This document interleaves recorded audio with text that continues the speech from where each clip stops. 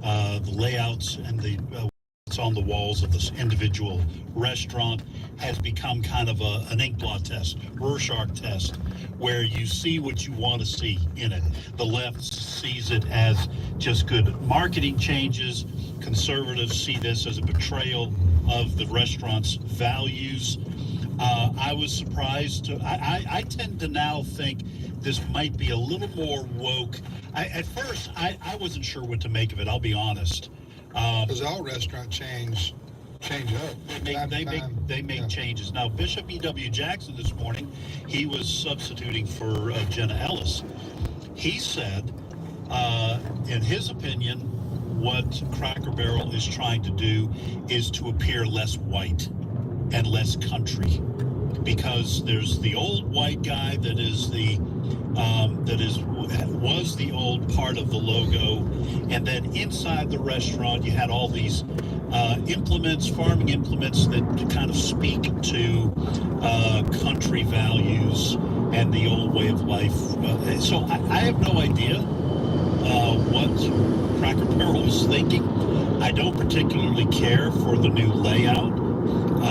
Their food, at least in the local restaurant, hasn't changed a whole lot. I haven't been for weeks and weeks, well before this announcement. But it had been trending downward in quality a little bit. In terms of this being, as Bishop Jackson laid out, an attempt to move away from country and rural values, I can't answer that question, but they're getting a lot of flack, and in the week of the announcement of this, their stock plummeted, but I think now it's kind of moved up a little bit. We'll have to wait to see if this turns out to be a go woke, go broke thing. Well, I didn't know that they were so heavily involved with the Human Rights Campaign.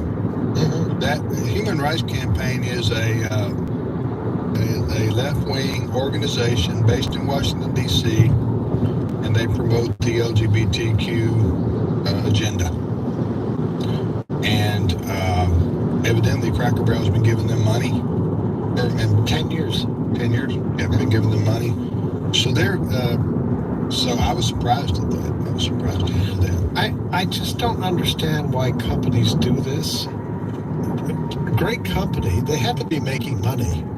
Every time I drove by a Cracker Barrel, the parking lot was full. Right. And you had to wait many times, sit outside in the rockers and wait to get in, especially on Sundays. The place was packed. So you're doing a really good business, and you sit around a boardroom and you say, let's change things. Right. I just don't understand that. Why you do that. And the only reason I can come up with is that you have a change of thinking at the very top, and you're going to try to appeal to a whole new group of people. Right. Even if it costs you those customers that have been loyal to you for decades. Yes, I think that's part of when people say go woke, go broke. And by the way, Robbie Starbuck is no one to mess with. He gets a lot of publicity he's not a superhero, by the way, even though the name sounds like a superhero. But he gets a lot of traction on social media. And so I don't think this is going away. If he targets Cracker Barrel, you may wind up seeing a continued erosion of support from people who don't like being told, even though it's implied, we don't need you anymore, we're going after someone different. And by the way, when I said Bishop, a lot of our listeners do know who Bishop Jackson is. He's a black man and a preacher. And so when he says he thinks they're just trying to appear less white, that's not coming from a white guy. That's coming from a black guy who's observed a lot of this woke/DEI. What's white about? What's color centric about Cracker Barrel? Well, it's the logo. The logo was an old rural white guy. What's wrong with that? Well, exactly. I think that's what Bishop Jackson was saying. I just see an old guy in overalls by a Cracker Barrel. Yes. Which is the name of the store. Well, that's because you're thinking rationally, Tim. It is irrational for people to think this speaks about white privilege and this is a That's white. insane. I know it's. Huh? And I don't know whether that was the motivation, Right. but why else get rid of the old Right. guy? He has some nickname. And all the times my wife and I have been in Cracker Barrel. Guess what? Blacks and Oh, whites, yeah. we all. It's everyone very loves it. diverse. I It's mean- diverse. Huh? I don't. Yeah. I don't get it. People Well, want quality food, Yeah. and they don't like. I don't like to think that this store that I'm going, this restaurant I'm going to, is so kind of preaching at me about my beliefs Yeah. by telling me they're illegitimate. Whether or not that catches on in terms of the people who go, I guess it depends on whether the food remains good. But we'll have to wait and see. Next story, Fred. All right. Well, things are getting better in Washington, D.C., crime-wise.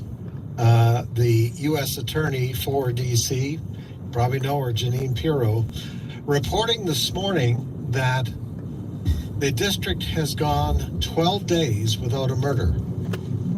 And apparently, That's extraordinary. given the murder rate in D.C. and the violence that we've seen, there's nothing short of just a miracle that's going on there. And of course, we know, I think it's at least 6 states now have their National Guard soldiers there. And she was reporting there have been over 1,000 arrests just in the last couple of weeks since those soldiers gone in there. Do you know how, we can probably find out from people who've been there, been in the area, but do you know how the National Guardsmen are being stationed or positioned? Are they block to block? Are they, in Washington, D.C.? How do you know that? I don't know how they're being assigned. I have seen images, and they're like everywhere. I think particularly they're certainly in areas where you may have some tourists, but also the subway system, the metro, all that sort of thing. But also, I mean, they're out there 24/7. And so they're in areas that maybe they're known where there have been gangs and crime in the past where people have congregated, starting trouble, all of that sort of thing. So that's where they are. But it is, it is a miracle. There have been no murders in that city now for at least 12 days. By the way, I did a quick Google search, and if this says their duties, talking about the more than 2,200 guardsmen from D.C. in 6 states. Their duties include presence patrols, monument security, traffic control, checkpoint operations, and supporting the D.C. Metropolitan Police Department and federal law enforcement partners. They are stationed across all 8 wards, including at metro stations, Union Station, the National Mall, and in neighborhoods like the Wharf and Logan Circle. You haven't had a murder in 12 days? 12 days. And the murder rate there would normally probably have a few. One of the worst in the country. Yeah. So, well, the reason I ask about how they're positioned or stationed is if you've got them block to block maybe, and they're visible, I'm talking about the National Guardsmen, even though they're not really trained police officers. Right. But just the presence of the National Guardsmen themselves would prevent gang activity or crime activity on that particular street. It says that they are authorized, talk about National Guardsmen, authorized to carry service-issued firearms, including M17 pistols and M4 rifles for personal protection. So M4, that's what they use in the military. But This probably is not going to surprise you, but President Trump thinks this would work in other cities. And he's named a few: Chicago, Baltimore, and New York. Well, the mayor of Chicago, Brandon Johnson, not taking a liking to that at all. Cut number 6. Well, again, the city of Chicago does not need a military-occupied state. That's not who we are. Here's the bottom line: they don't have police power. There's nothing they can do. You know, these are federal troops. They do not go through the training that our police officers go through, so they cannot even enact police authority. We're not going to surrender our humanity to this tyrant. I can tell you this, the city of Chicago has a long history of standing up against tyranny, resisting those who wish to undermine the interests of working people. We're not going to back down. We're not going to cower. We're not going to bend. We're not going to break. We are Chicago. We are the soul of America, and we will maintain that posture from now until. Well, Janine Pirro responded to what the mayor of Chicago had to say. Cut 15. You know what my response to that is? You know what tyranny is? Tyranny is when you can't walk outside and go to dinner. Yep. Tyranny is when they shoot you and the person walks out of jail before you get out of the hospital. Tyranny is when people are not made accountable. And they should hope that the president comes in with this unified force.